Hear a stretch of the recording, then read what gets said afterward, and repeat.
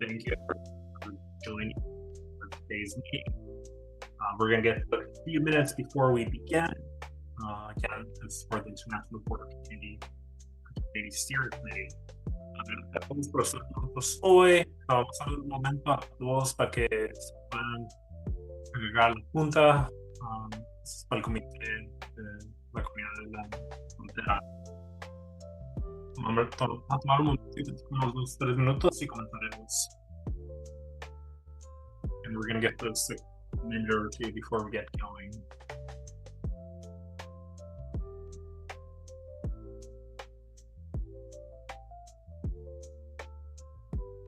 Todo, ya.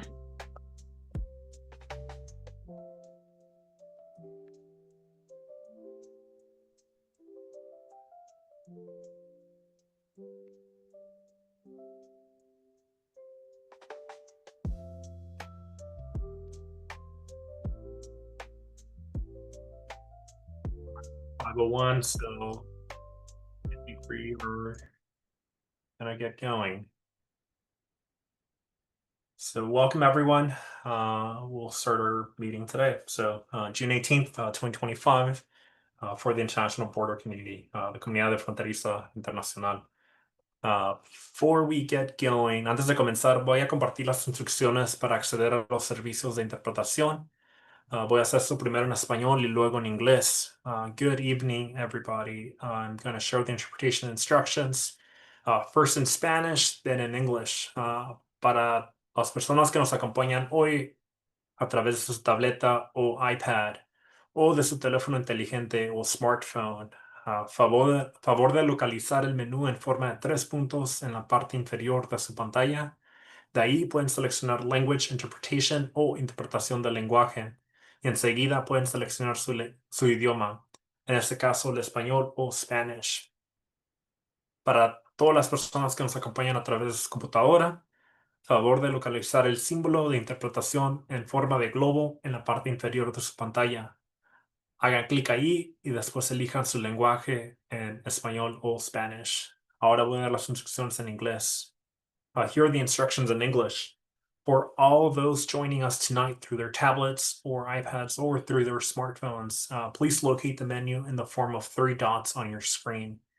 You can click there and then select Language Interpretation, and then select the language of your choice. In this case, it would be English. If you're joining us through your computer, you can locate the icon in the form of a globe for interpretation at the bottom of your screen. You can click there and then select English as your language of choice. So we'll give folks a minute to connect.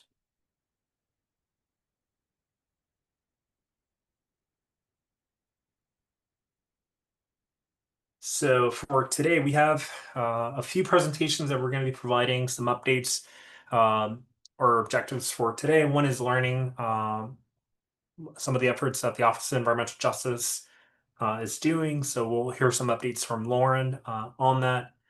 And then we'll also then be getting a little bit of an update from David on the SDAPCD incentive funding. Actually, that's going to be Kevin that's going to be providing that update. We'll get another update from David. And then we're also going to have a representative from SANDAG, who's going to give us a brief presentation as well. So we'll go through those presentations and then we'll do a little bit of closing remarks and then we'll adjourn the meeting today. So moving into our general updates. So we have David on the line.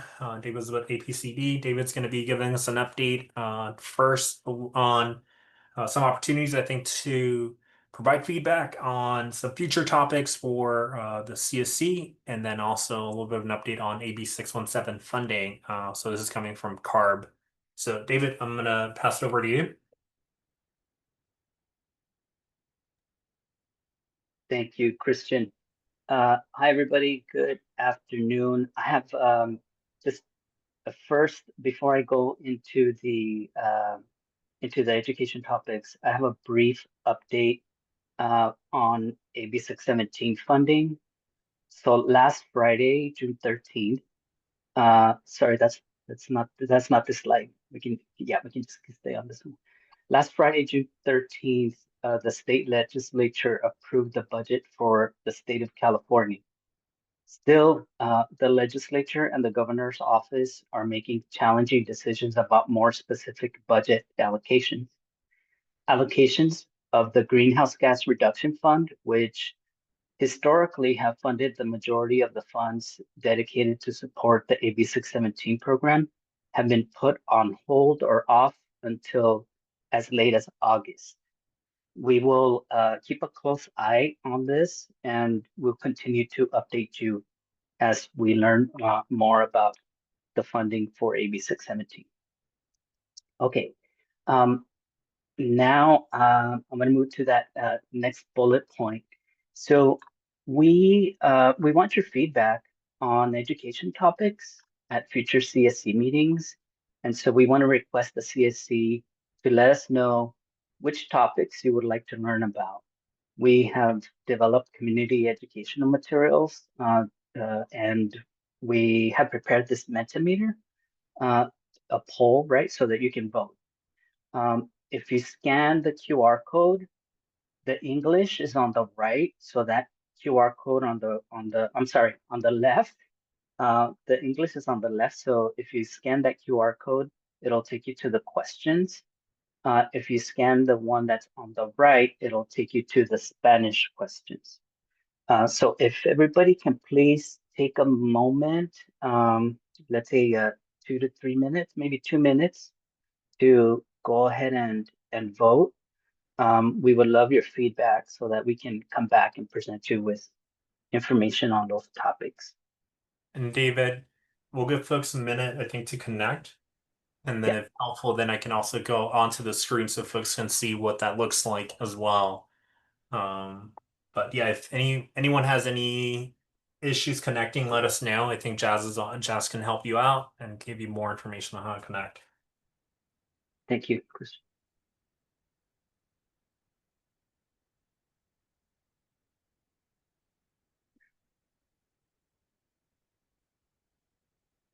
And David, if helpful, now I'm gonna pull up on screen just so folks can see it. So here's what, as you're landing on the page, here's what it should be looking like.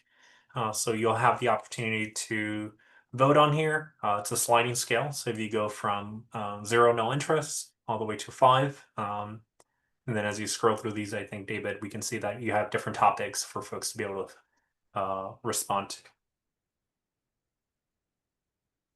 And once they're done, they hit submit.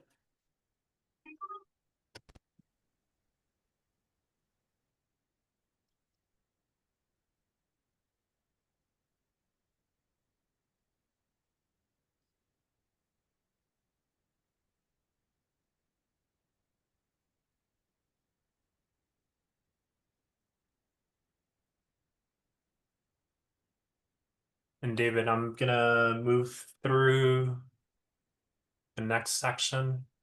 Yes, thank you. And those are the updates that I had. So thank you everybody for voting on these topics, and we'll follow up for other meetings with the Kearns and West team. Sounds good. And if anyone does have any questions, do let us know. And then we can follow up with you on that as well. If you have any trouble connecting to the system or providing responses, we can walk you through that.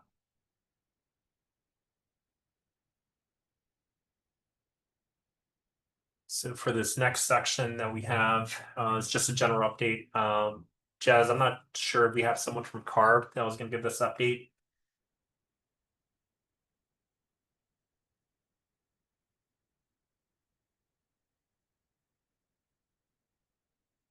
But if not, I'm just going to read it through, which is just the recent actions regarding 3 of California's Clean Air Act waivers actions taken under the guise of the Congressional Review Act were illegal.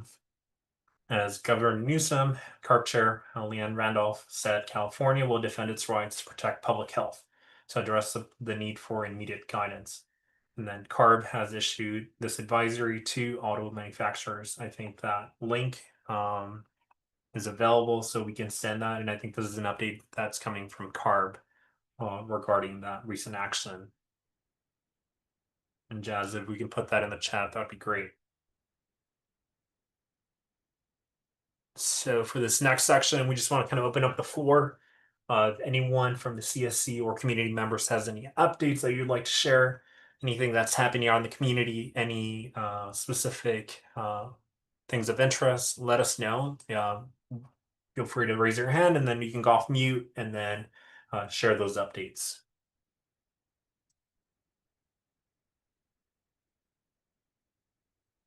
Not seeing any hands, but if you do have anything else to add, please do add those on here. So we'll keep moving. So for this next section, sorry. Yeah. This is Jenny Quintana. Yes. I wasn't expecting the community update so quickly, and I was just looking for these flyers, but I just wanted to say that San Diego State is conducting an ongoing health survey of concerns related to the Tijuana River Valley. Yeah. And we're looking for participants, especially from San Isidro. We have lots from Imperial Beach, but very few from San Isidro. And I'll put the flyers in the chat and Okay. a link to our website. Sorry, I wasn't ready. Thank you. No worries, Jenny. Thank you. And then, yeah, if you can drop them in the chat,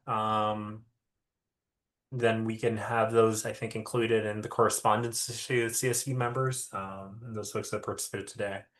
Thank you so Feel much. free to drop in the chat and then we can distribute that along as well. Yeah, it'll take me a few minutes. Thank you. No worries. Thank you, Jenny. So with that, I'm going to move on to the next item on our agenda, which is we're going to get an update from the Office of Environmental Justice community on some of the community outreach updates. So we have Lauren, who's going to be giving this update. So I'm going to move on to her there. Thank you, Christian.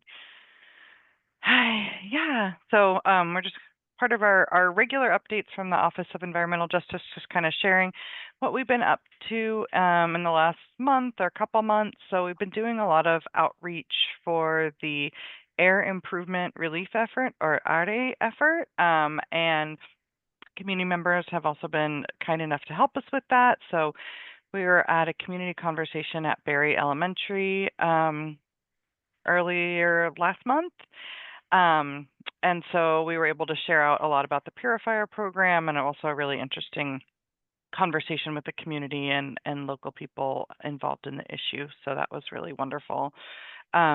We also had IBCSC member Olga Espinosa share out about we have a purifier program for schools as well, which not necessarily many people know about. We're still trying to spread the word about that with school boards. So she reached out to the San Ysidro Board of Education. So thank you, Olga. We really appreciate that. And then we also have some opportunities for CSC members, if you would like to join us to continue doing outreach on the ARE program.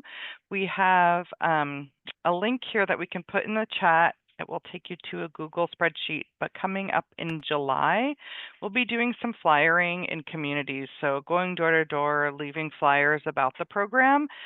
This is just based on areas in our map where we can see where people have and have not necessarily been signing up. So we highlighted these different areas here. So you'll see we're kind of going around Mar Vista High School. A lot of these are not necessarily in San Ysidro. But if you'd like to join us, please enter your name in here. We have the date, the times we'll be heading out, the location, and then if you can enter your name and whichever is your preferred mode of contact, so either email or phone. If you sign up for any of these slots, we will reach out to you as it gets closer to the date and give you all the details of kind of where we're meeting, what we're going to be doing. We bring all the flyers, we set it all up, and we kind of grow out as a group, and we'll go out through the neighborhood and leave flyers around. So if you could join us, we would love for you to join us at any of these times. Also at the very bottom, you'll see there's kind of an area for suggested days. If for some reason, any of these dates or times don't work for you and you really want to take part, please go ahead and suggest days and times that would work for your schedule so we can try and add some dates and times around that in the future. And then always just feel free to reach out if you have any questions about that or other ideas of how to help spread the word about the program. It's going very, very well. But we're of course still trying to spread the word with people and just get the purifiers into people's homes that need them, that are dealing with the Tijuana odors, the odors from the Tijuana River crisis. So thank you so much. And if anybody has any questions, feel free to hop on or raise your hand. Lauren, I have a question for Yeah. you. How far ahead do folks need to sign up? I know that these dates are a Yeah. little bit under a month, I think, from where we're at now. Like, what is the closest? I know sometimes folks are dealing with different things. Yeah. Yeah, how soon do they need to let you know, I guess? for Thank you. anything? Yeah, that's a great question. So honestly, as long as it's, like 48 hours in advance, so I would be able to reach out and give you all the details and get them to you in a timely manner. You can also always email me directly if something comes up and like last minute you're able to join us. And then if you hear back from me, you would still be able to join us that day, even if it's like the next day. It's just a matter of me being able to connect with you in advance, but doing it and being able to sign up on short notice is not a problem, because we will be going out to these places. Sounds regardless. good. So, Okay, and I think thank you. that's a good note that even I think our team on the facilitation end, we can send a reminder, I think, for folks Perfect. closer to these dates. I think our meeting itself, I think, likely would be happening after that first two set of meetings or activities. Yeah. But I think we can still send out a reminder, I think, for anyone that might be interested in participating. And I think, the spreadsheet Jazz has included in the chat. So if you want to sign up, I think, I know Lauren and the rest of the team would really appreciate it. And if you want to bring yourself and along some other friends, your neighbors, I think that's also very much welcomed, I think, for Love this. to have you. Yeah, thank you. And even if you can't join us, but you just want to be able to share flyers, let me know. I can bring them to you. It's easy for me to do. So thank you. So I'm going to go back to our presentation. And sorry, I'm like moving stuff around on my screen. Okay, so we do have a presentation today. I think this is a presentation that we were planning to have some time back, but I think we have Kevin here. Kevin's with the SDAPCD. Kevin's going to give us a presentation on incentive funding. So I think, yeah, pay attention. If you do have any questions, I think we'll be taking a moment at the end of the presentation. Kevin will be on to respond to any questions or any clarifications as well. But with that, Kevin, I'm gonna hand it off to you. Right. And then I'll move us through the deck. Appreciate it. Yeah, I was supposed to give this presentation last month and I was sick, so I apologize for missing that. So I'm here now, and most of the same presentation. I'll talk a little bit about some of the work that we're doing. If we go to the 2 slides from now, and I'll talk through my agenda for this presentation. But hi everybody, buenas tardes a todos. My name is Kevin Bradley. I supervise the grants and incentives team here at San Diego County Air Pollution Control District. And so today I'm going to be talking a little bit about participatory budgeting, more of a refresher. We had a conversation about this, I want to say January, around then. It was a while back now, so I kind of want to refresh everybody's memory about what participatory budgeting is and why it matters for the CSC. And then I'll talk a little bit about the project categories that we're looking to fund this year, some of the priorities that you all identified in a survey we did way back several months ago. And then I will update everybody on the applications that we received back in April and May when we had our application open. And then what the work is that's going on right now on my team to process these applications and decide which projects that we're going to fund with the grants that we received. Next slide, please. So I'm going to read this definition to you all, what participatory budgeting is. So participatory budgeting enables community members to get informed about available public resources, engage in prioritizing the needs of their locality collectively, propose projects, investments, and services, and allocate resources in a community-informed and transparent way. So if I could simplify that just a little bit, basically what we want to do is get feedback from you all in the community. You all know your community better than we ever could, and so we want to understand what your priorities are, what some of the challenges are in terms of achieving cleaner air, better air quality, et cetera, and where we should target these funds that we receive from the state. Next slide, please. So typically, the projects that we that we funded historically are represented by these diagrams on the slide here. So on-road heavy-duty vehicle replacement, that's going to be your big semi-trucks that are shipping goods, often across to and from Mexico, across the border. That also includes school buses and other sort of big diesel vehicles like that. We also have off-road repower replacement. So in the context of the international border community, I'd say more like construction type vehicles. We also do things like agricultural and marine vessels and things like that. But I think for the international border area, probably mostly construction type vehicles. We do zero emission infrastructure, so things like electric charging stations, hydrogen fueling stations, things like that. Urban greening and vegetative barriers are other projects that we can do. So tree planting, creating green spaces, things like that. And then this category sounds kind of vague, school and community center facilities, but basically what that is either replacing old furniture, which we're probably not going to do much of this year, but also, and I'm sure you've heard a ton about air purifiers over the last several months, but we can partner with schools to get air filters into classrooms, so we can improve the indoor air quality in schools as well.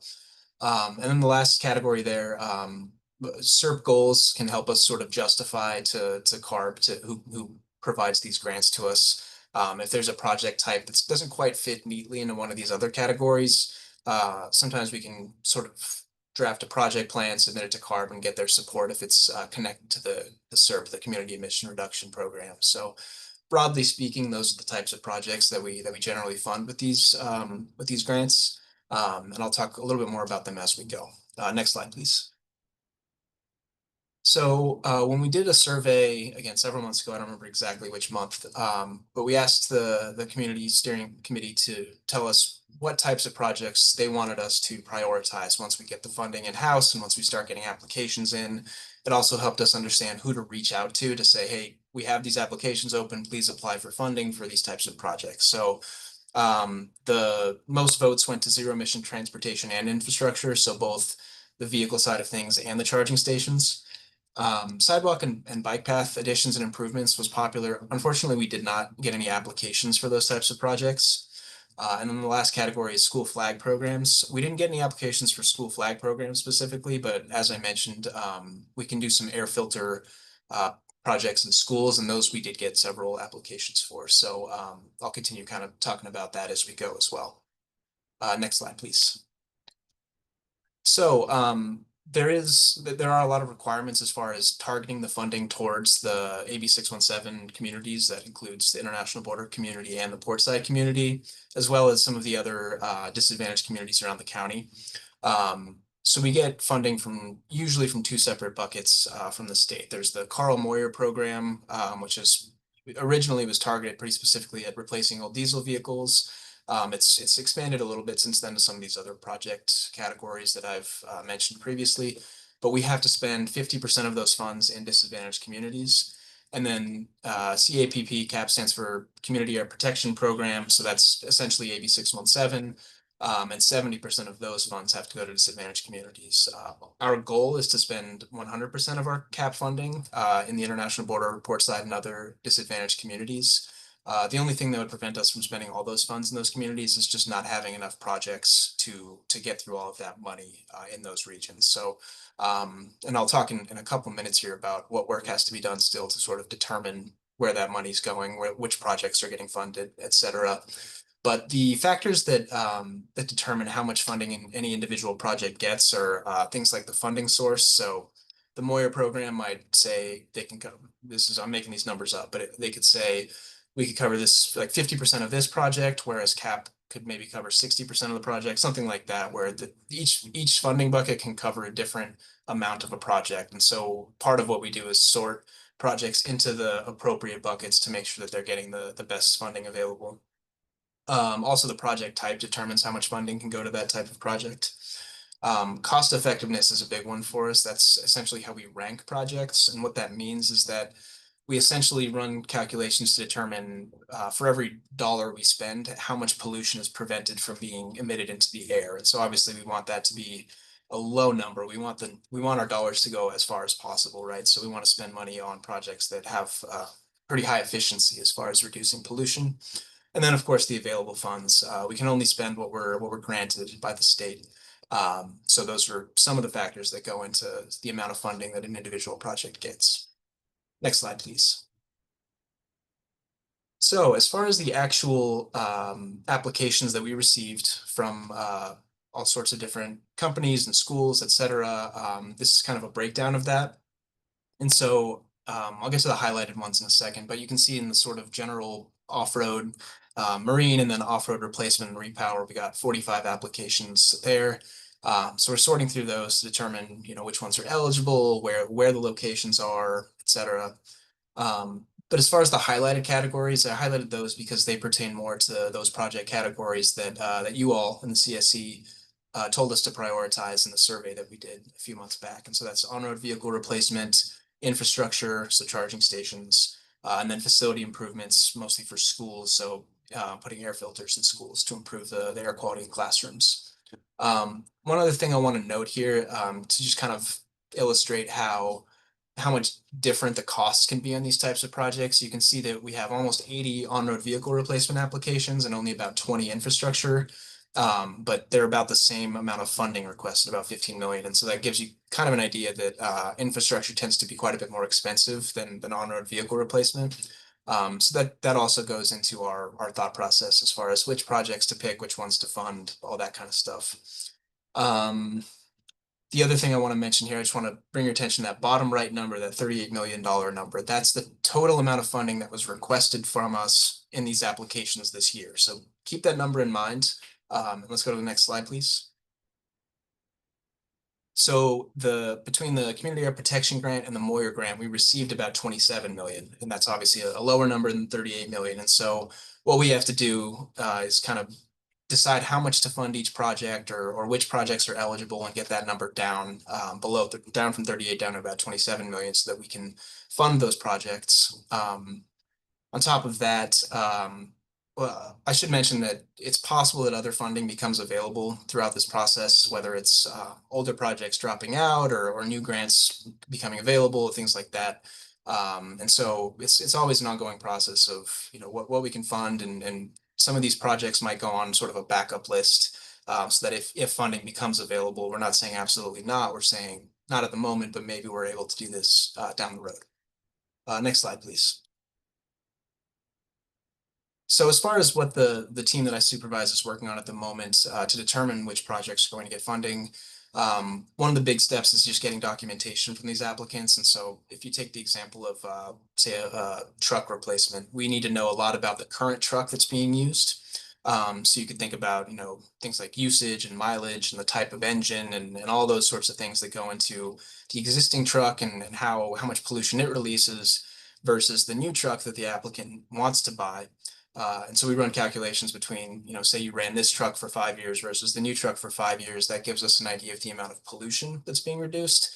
And then through some formulas that the state provides, we calculate the amount of funding that a project can receive based on that pollution reduction. So that takes, a lot of back and forth with the applicants, making sure that they're submitting all the documents that we need, things like that. We also have to determine project eligibility. I just talked about funding amounts a little bit. And then, of course, the location of the project. So we want projects that benefit the international border community as well as the other disadvantaged communities throughout San Diego County. Once we get to the point where we know which projects we want to move forward with, then we draft and execute contracts with the applicants. And those contracts essentially list several milestones or tasks that the applicant has to perform. And then once they get through that checklist, we send them a check, they get their funding, and they continue with their project. And then at the end of all that, we come back to the CSE and we update you again about what projects we're moving forward with. And that gets back to participatory budgeting, where it's not just before where we're asking you what your priorities are, it's also after we want to report back to you and continue the conversation about what projects we're doing, what we can do better in the future, all those kinds of things. So it's an ongoing, continuous process of talking and communicating with the CSE and making sure that the program's moving in the right direction, essentially. Next slide, please. So that's the end of the presentation that I have. I'm happy to answer any questions that come up right now. But yeah, there's my contact information. So if you want to take that down, if you have a question later, or you can send an email to our general inbox for the clean air grants. That's also there on the screen. and someone from the team will be happy to answer your questions as well. If you're an applicant, feel free to email that inbox, and if you have any questions throughout the application process as well. Yeah, I'm here for any questions if anybody has any. Thank you all. So Kevin, I'm gonna take us back just one slide because I think this is a good spot to just stop on. And then, yeah, I think if folks do have questions for Kevin, just on these next steps, and I think like that process, and I'll see if I see any raised hands or notes in the chat. And if not, I have questions, I think, Kevin, and hopefully those are questions that other folks might have. But let me see if I see anyone else jumping in. Not seeing anyone yet. So maybe I'll get the questions going. So Kevin, one thing that'd be interesting, I think, as you were talking through the budget and those just broad categories, is there like a list that could be shared with the CSC members just to kind of like break down that a little bit further of like, you know, under those kind of categories, like where are those projects and who are the folks that submitted applications? Just to get a little bit more of like what's happening as it's, you know, I know that your team is going to be going through the applications, knowing which sort of things that are actual eligible for funding versus not. But even just seeing who's submitting and for what. Yeah, I don't know actually if I can distribute. I'll check in and see if I can just distribute a list of, you know, who the applicants were. But yeah, as far as, you know, once we're moving to the part where we're going to get people under contract, we can absolutely talk about, and that was my plan, is in the future to come back with another presentation where I you know, talk in more detail about the projects that we're funding. But it's a good point. I mean, on-road vehicles can be all sorts of different things, and it can be, you know, replacing an old diesel truck with an electric truck. It could be, you know, a lot of the cross-border shipment electric trucks aren't quite at the point where the technology is there, where the mileage is there to be able to do some of those trips. So some of those are more like compressed natural gas trucks that have low emitting engines. There's also school buses. We have some applications from that side of things. Under the infrastructure category, I think it's all electric charging stations. But yeah, I'd be happy to break that down further in the future. I just don't want to say absolutely I'll send you a list of applicants and then find out I'm not allowed. Yeah. I mean, yeah, even if it is a secondary presentation on the topic, I think that might be more fruitful than just sending like a raw list of information. Oh yeah. But yeah, I think like having that level of detail, I think folks would be able to like connect, I think, like set amount of funding for this, like what does it mean when we're talking about infrastructure and like where is that infrastructure located? Like I think that helps kind of like put it from like concept into paper, and then potentially then, you know, if those contracts are executed, then actually understanding where that connection lies. Absolutely. And we fully intend to do a follow-up presentation and in more detail in the future. We received almost 180 applications, and you know, a number of those are going to be not eligible at all. Like some people want, you know, a new truck for their farm, and it's like, well, that's great. I hope you get one, but we can't. That's not really what our program's for. And so we kind of want to get that list down of the eligible projects. But absolutely, I agree that, you know, having something a little more concrete will be more interesting as we get to that point. This was kind of a quick check-in type of presentation, but I'm looking forward to, you know, getting these projects moving forward and then reporting back and saying, hey, we have this, you know, this really cool project over here at this school, and then this company's doing this with their trucking fleet and things like that. So yeah, absolutely, you know, we fully intend to continue this conversation, continue presentations to keep the CSE up to date moving forward. And then one more question, but let me see if I see anyone dropping anything in the chat or any raised hands. Not seeing anyone. And if not, Kevin, or I think the other thing that came to mind is like how much of a ability, I guess, or opportunity is there for the CSC members to inform some of the not selection criteria itself, but I think like how certain projects might be prioritized over others. Is there that opportunity within this process, or Yeah, that's something that we can like kind of further explore? There is, and I'm not, I don't remember the timeline exactly as far as when Currents West jumped on to be our facilitators, which also this is my first meeting with you all, so good to meet you Yeah, no all. worries. Yeah, so I mentioned a little bit that we did a survey back, I think in January, where we put these project categories up and had people vote and say, hey, this is really important for the community. That's really important for the community. So that is part of the process. And on top of that, our outreach process, I guess, for lack of a better word, includes trying to find facilities, companies, schools, et cetera, that might be really good applicants and people that we really want to work with, and we want to say, hey, you have old school buses, let's get you applied, let's see if we can get you funding for new school buses, things like that. So and we do this, year by year. We get it annually. Sometimes it's more like 13, 14 months, but we get a new grant each year. And so if we don't get to it this year, we absolutely want to make sure that we stay in touch with the people that are interested in applying and encourage them and let them know when the application's opening next, and all those kinds of things. Thank you, Kevin. That's really helpful. So I'm not seeing anyone else. Any questions? But I think Kevin's information, I'm gonna go on to the next slide, again, is on the screen. So I think Kevin, if folks want to reach out, I think they can reach out via email. And then yeah, we have 2 emails on here actually. So we have your personal email, which is Kevin Bradley at SDAPCD.org, and then we also have a general inbox. Is there a preference on where folks should submit their questions or follow up? I mean, you could do both. I have access to both of those inboxes. The general one is more, the whole team sees that, and each day someone's assigned to that inbox. So we're making sure that someone is checking that every single day. But yeah, put both on there. I think that the question will get to me one way or another. And Jazz did put my email address and the general inbox in the chat. So in case you miss it now, it'll be there later. Sounds good. Hi, Kevin. Thank you so much for presenting today. All right, thank you, Christian. Thanks for the questions. I appreciate it. All right, folks. So we're gonna move on to our next presentation. So we actually have Zach here. Zach, I think I saw you on screen a moment ago. So Zach is going to be presenting on behalf of SANDAG. So Zach, I'm going to move us along to your presentation and we'll get going. And Zach, I don't think we can hear you. So.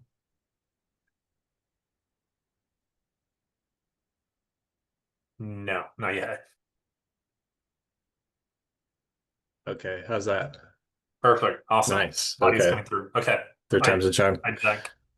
Thanks. Appreciate it, Christian. Good evening to the whole group. Buenos dias. Buenas tardes a todos. My name is Zach Hernandez. I'm a planner for the San Diego Association of Governments, or SANDAG for short. So really appreciate the group agendizing this, making time for me to come share a little bit about the work that SANDAG does, and also how you can be part of kind of planning the future of the region, and especially from your unique and really important kind of viewpoint and perspective in the border region. We can go to the next slide. So just to give you an overview of what we'll kind of be discussing today, or what I'll be sharing on today, I'm going to go over really briefly what SANDAG is, just to kind of refresh for a lot of folks here, what a regional plan is, which is kind of our primary function, one of the more important things that we do as an agency. We'll also talk about how we've been developing the current regional plan, the 2025 regional plan, highlight some projects and programs of interest, probably to the group, a lot of projects in the South County and border region, share a bit about the relationship between the regional plan and the CERP, and talk about how you all can get involved and weigh in on the current plan in that process. We go next slide.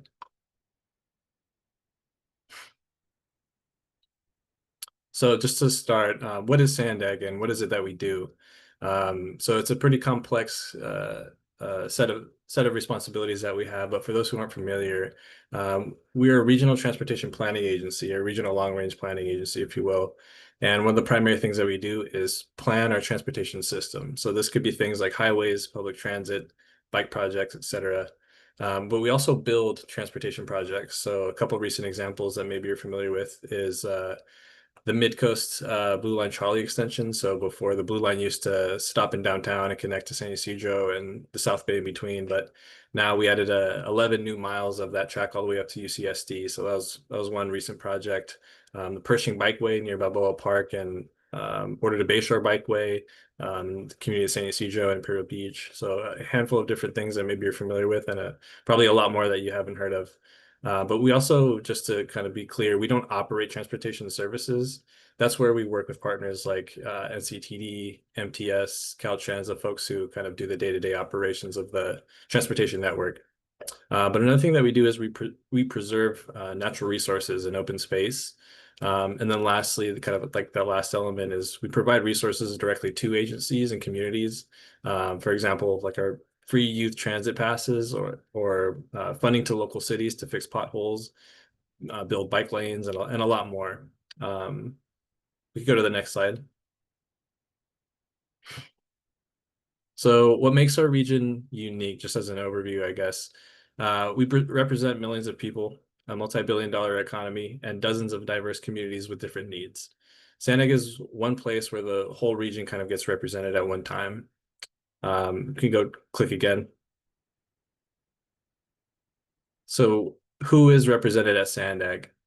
We get direction from our board of directors, who are 19 elected officials that represent each of the region's 18 city councils and county board of supervisors.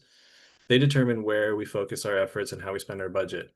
And we also have advising members from our neighboring tribal governments in Mexico, some resource agencies, and in addition to our local transit operating agencies and Caltrans. Next slide. So I think you can click one more time. So who teams up with us? We also team up with community partners, community-based organizations, and get feedback from the public to make sure our work is responding to the region's diverse and changing needs. Next slide. So our regional plan, what is the regional plan? You can think of this as a long-term blueprint for how the region is going to develop over the next 20 plus years. And it also plans for how land in the region will develop, including future housing needs, how we'll protect the environment and natural resources, and how we plan to improve air quality. It has to be updated every 4 years, and we're required to use the latest data and the best techniques as the basis for the plan. And it includes projects, programs, and policies, along with a description of how we're going to pay for all of it. Next slide. So the plan has a bunch of different requirements from the federal and the state level. Otherwise, if we don't meet those requirements, we could lose important transportation funding for our region and our local cities. For example, the state law says we have to reduce our greenhouse gas emissions by 19% by 2023. So our 2025, so our plan must show all the ways we could reduce emissions and how many miles people are driving. So in other words, we have to expand the choices people have besides just driving. Next slide. So the public feedback is a huge part of creating this regional plan. And the draft regional plan involves engaging people all over the region, which is what we've done for the past year and a half. Next slide. So a couple of the main themes to highlight, and I'm moving through this very quickly, and it's several years worth of work that comes together for a regional plan, but just for the sake of getting to like the more critical piece of our conversation, or the more relevant piece of our conversation, trying to move through this quick. But some of the key things to highlight, these are just kind of important. This is what we heard back from the community after kind of going through the development process of the draft regional plan. But just to name a few things, people want better traffic flow on highways and want improvements to other modes of transportation. They want our public transit system to be faster and more convenient.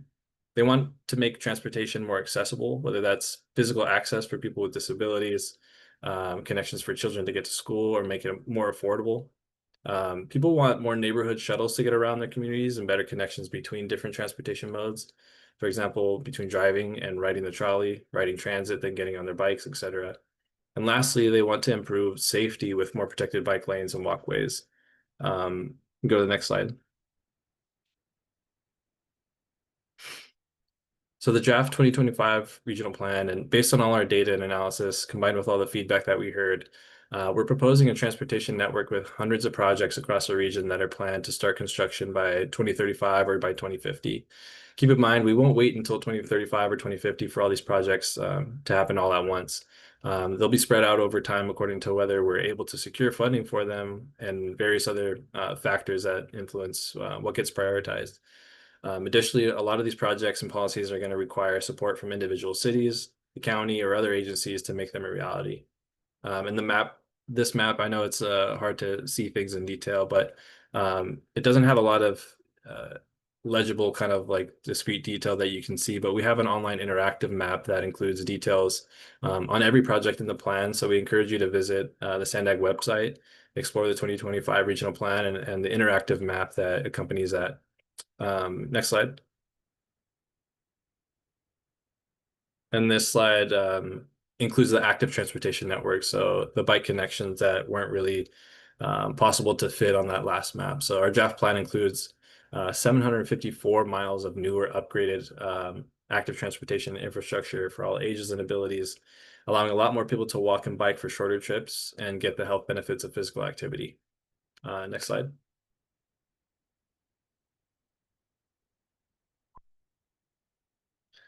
So you also can't see on that map policies and programs that are included in the plan.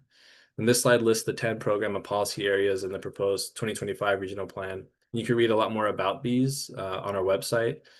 They include things like our free youth transit program, our habitat protection program, and a lot more. Next slide.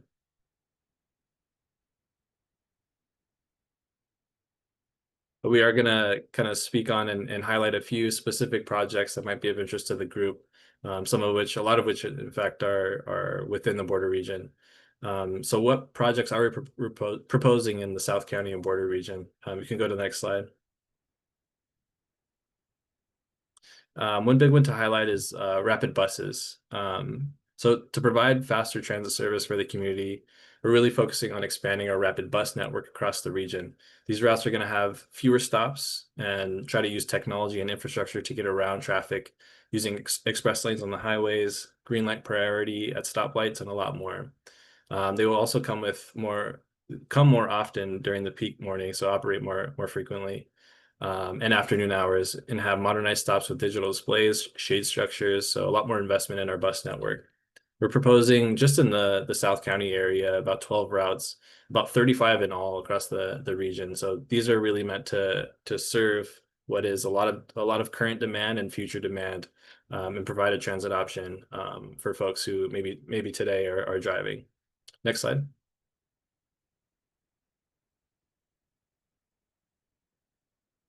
So there's going to be also investments in transit service and the infrastructure and amenities that go along with it. One key thing to point out is that projects to speed up the Blue Line are something that's focused on the plan. These projects are going to look at various solutions, including moving the tracks or crossing grade separating the trolley to improve operations and safety as well. Trying to spread out the crowds, provide more service, giving more people more options, and doing so in a way that's more efficient. So we're proposing more funding to increase how often buses and trolleys come, adding some weekend and night service where possible, especially on the popular routes. The plan also includes funding for better experience. So think about things like bathrooms at major stations, lighting, shade, security, Wi-Fi.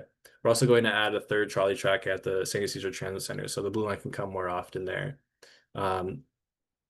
And lastly, we want to make it easier to get to the airport by transit by moving current bus services and adding bus priority lanes on North Harbor Drive on Pacific Highway. So just a couple of things to highlight here, but we go to the next slide.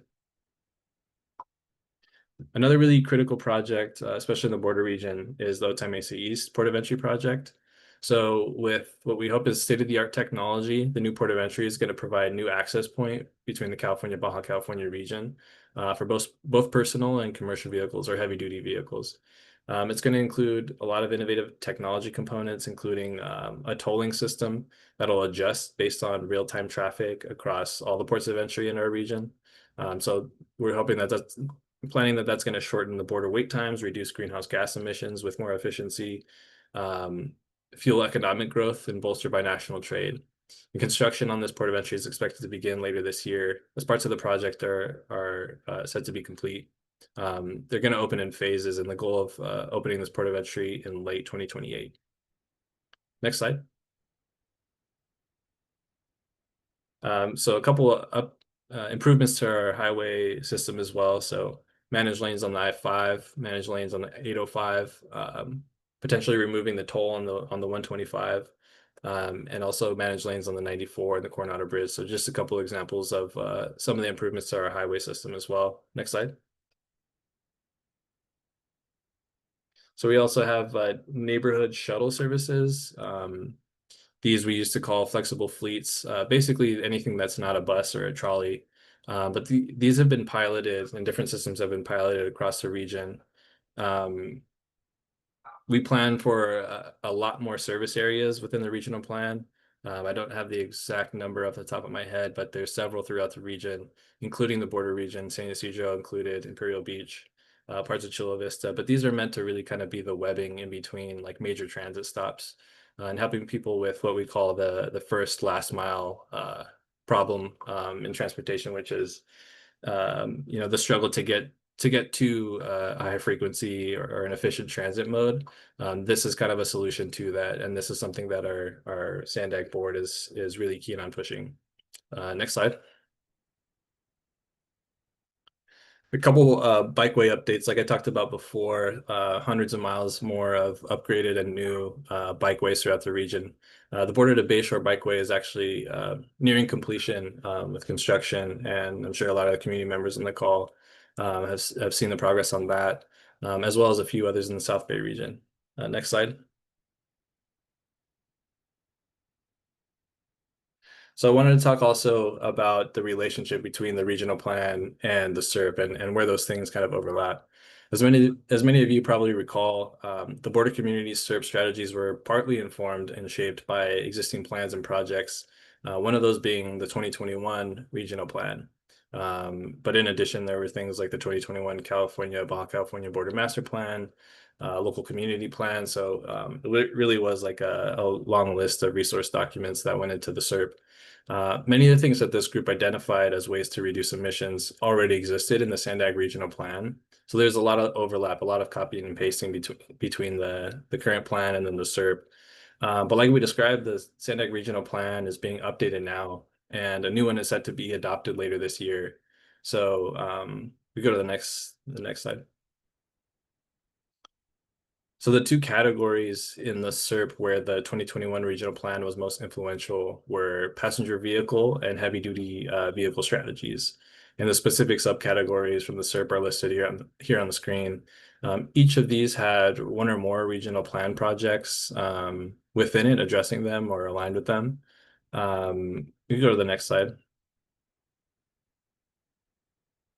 Actually, yeah, this is the same information, but in Spanish. We go to click one more time. Thank you. So just to highlight a couple of the projects that are in both the current regional plan, the draft regional plan that's out for public comment now, and the CERP. We look back at the old plan, the 2021 plan, the CERP, and the current plan to see where those original strategies either continued or carried forward, and to check if anything had changed. But I think the quick summary is that all of the relevant CERP strategies and goals are very much still aligned with the latest SANDAG plan. And the projects in the latest plan, once they're implemented, are expected to reduce emissions in the border region. Some of the projects listed here should be familiar to you, and there are even some new transit routes that the latest regional plan has added. So a lot to look forward to. But with the draft 2025 regional plan now open for public comment, we really encourage the steering committee members to make their voice heard once again. And let SANDAG and your elected officials who serve at SANDAG know how you feel about the projects and the programs and the policies within it. We can go to the next slide. So how can you weigh in? The region and you all have a few opportunities left to weigh in on the draft 2025 regional plan. You can send in your public comments until July 18th. And I'll describe in the next slide all the ways you can do that. And then later you can comment on the environmental impact report associated with the plan.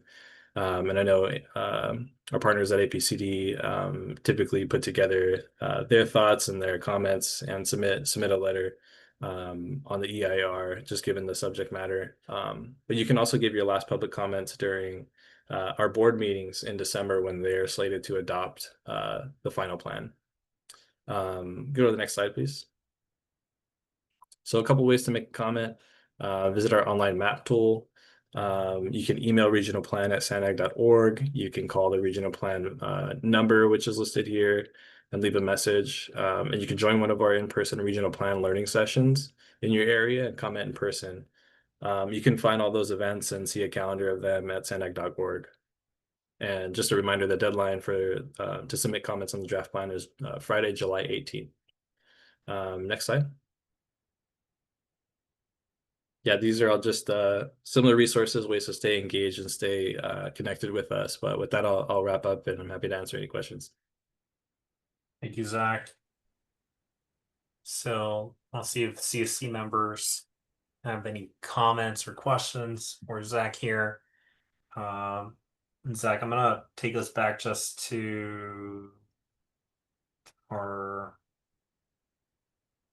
this slide because I think this is really helpful for folks to just be able to see where we're at with the process. But yeah, I want to see if anyone has any questions or any comments that they would like to have Zach answer. I see Margarita. Sí, yo solamente quiero comentar que me pone muy feliz ver este proyecto. Ojalá que sí se realicen todos estos pasos que nos explicaron ahorita, porque sí se ve que va a ayudar mucho a la comunidad, porque son cosas que realmente se necesitan. Gracias, Margarita. Y con gusto voy a hacer comentarios y llenar si hay alguna encuesta en los espacios que nos dijeron. Gracias. Gracias. Gracias. So, Zach, I'm seeing a question on the chat. So, so if there's going to be any help for community members to obtain bus passes or free bus passes, actually, to be specific. So this SANDAG program that provides free transit passes specifically relates to youth, so folks 18 and under. That's the SANDAG kind of administered program. MTS has certain requirements that the community, certain programs that the community can apply for, depending on income levels and different characteristics, to provide reduced cost transit passes. I don't know if they're running any free transit pass programs, but the SANDAG program is for 18 and under youth pass. Thank you, Zach. So we'll take a moment just to see if anyone else has any comments or feedback for Zach. And then, okay, so then follow-up to that, Zach, is that also for then seniors as well? I know you talked about 18 and under. Is there any classification for folks that are going to be under the senior category? Yeah, MTS runs their own transit fare programs, and they do have a reduced fare price for seniors. And I can maybe drop the information for that in the chat after this. Yeah, that would be great, Zach. So any other questions, comments? I think, as Zach said, I think this is a great opportunity for folks to be able to provide comment. If there are any things, we know that's a lot of information, I think, as we're presenting this, but we do want to take the moment if folks do want to follow up offline. I think Zach's contact information, I believe, is up. Jazz, if you want to repaste it down again, that information is there. I think we'll follow up via email as well. But if you do have any other questions, comments, please reach out.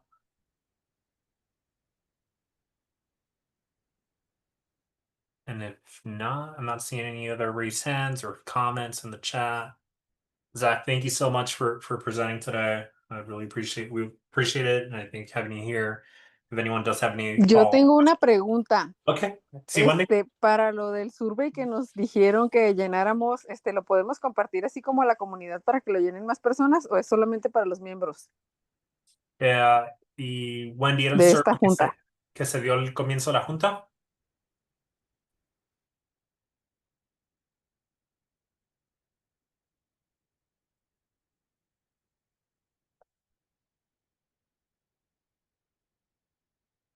Wendy.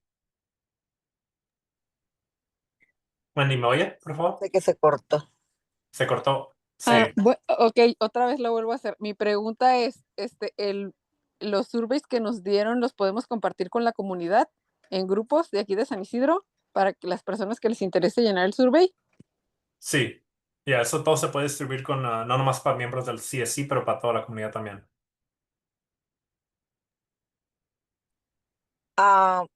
Yo en el chat puse que había tomado varias capturas para compartir con la comunidad, pero ¿habrá manera que manden el video de esta presentación? Sí, toda la información va a estar disponible en la página web, cuando Jazz y el equipo mande la información, le incluirán el link al video también. Ok, muchas gracias. Yeah. So yeah, the video itself, I think the question from Margarita was if the video itself is going to be posted. Yeah, the video will be posted. So we are recording these meetings. So when we send out the notification or reminder with notes, I think we'll include that link in there as well. So if someone does want to share with a community member, that is available for folks. And then Zach did add a link to those reduced fare programs. So as Zach said, MTS handles those fare programs. So I think that link is in the bottom as well. Then Wendy, I think, tiene una pregunta if they can share the surveys with community members. And yes, I believe that those surveys can be shared with community members. So yeah, feel free to do so as well. So not seeing anything else in here, I think. There's a few more questions, Christian. Okay, so I see another question regarding transportation. So Zach, if you're still on, I think there's a question regarding when the free transportation service would be provided for San Isidro. I'm not sure if the same response is the MTS link itself. Yeah, we don't have any specific program to provide free transit or transportation just for the community of San Isidro, but there are free youth transit passes that SANDAG administers. You can also get there from the MTS link that I sent, just to clear that up. Thank you, Zach. And then again, just seeing other comments regarding the surveys. And yes, the surveys, just to confirm, I think those can be shared with community members. So I see Wendy, I see Margarita, I see Maricela noting that they're wanting to share their surveys with community members. So thank you so much for that. Jazz, I don't know if there's any other comments that I'm missing. I'm scrolling through my chat. I believe that's everything. But yeah, Zach did put that link in there regarding MTS and some of the reduced fare programs. So for those folks that had a question regarding reduced fares, please click that link. You'll get a little bit more information from MTS directly.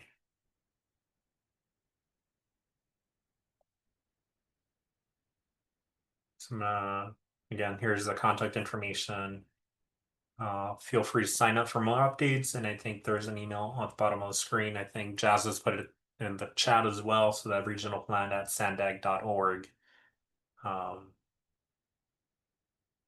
So with that, we're actually going to be having a shorter meeting today. We're at the end of our meeting, but we did want to add or share a couple updates just for folks on next steps and just general reminders. The first is that, just as a reminder, please register for the July 16th meeting. The meeting itself now is going to be virtual. So I know that some of you earlier correspondence and email information said that that meeting would be in person. Again, just to confirm, that meeting now is going to be virtual. So the registration is on the chat. Just put it there. The other reminder, I think, and we've been sending out these weekly digests as part of this effort is, yeah, look forward to, if you see those emails coming in, that should have information up about general updates that are happening in the community, different project updates as well. We'll be sending those reminders and emails, I think, as we have them available. And usually there'll be a call for action, whether it be free to participate by providing comment, participating in a meeting, or daylighting any information that might be available. Yo quería comentar, en esta ocasión no me llegó el enlace, tuve que pedirlo con otra compañera. No sé por qué motivo, el mes pasado sí me llegó, pero no me llegó este enlace para la junta. Ok. Margarita, lo vamos a tomar nota y mirar qué es lo que pasó ahí. No sé si su correo por una manera lo encontró o algo, pero vamos a confirmar eso. Gracias, muy amable. Ya.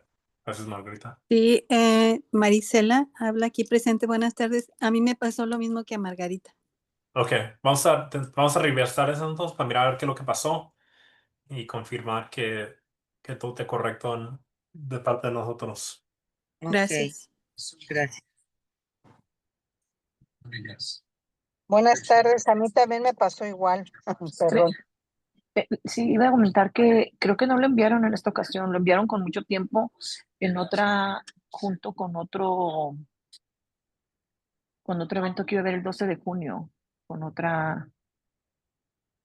otra reunión. Y ahí venía lo de la agenda y lo del 18 y no lo volvieron a reenviar como en otras ocasiones. Ok, so lo vamos para la siguiente junta vamos a mandarlo un poquito más cerca de la junta para que todos los tengan disponibles. So we'll be sending a little bit of a closer reminder, I think, for the meeting invites. I think some folks are having trouble finding that link. So we'll make sure we reshare that so that everyone gets it. And yeah, we're seeing those folks that had a little bit of issue finding that.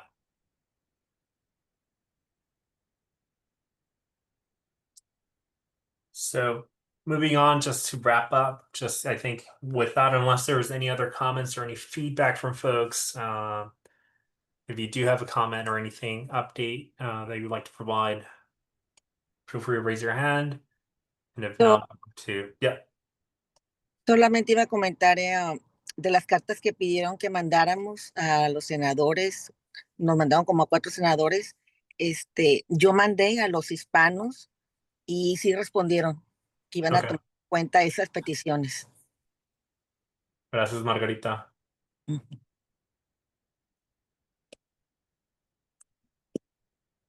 Not seeing any other raised hands or any other feedback, but if not, then we'll move to close the meeting. Thank you everyone for being with us today. And then, yeah, we've taken note on those notifications to just make sure we'll follow up with that. And then, yeah, thank you everyone. Gracias a todos por estar con nosotros hoy y vamos a tomar nota del comentario que del recordatorio de la junta. So, pero con esto vamos a cerrar la junta. So we'll be closing today's meeting. Thank you everyone. Gracias. Thank you. Gracias a todos, buenas tardes. You too.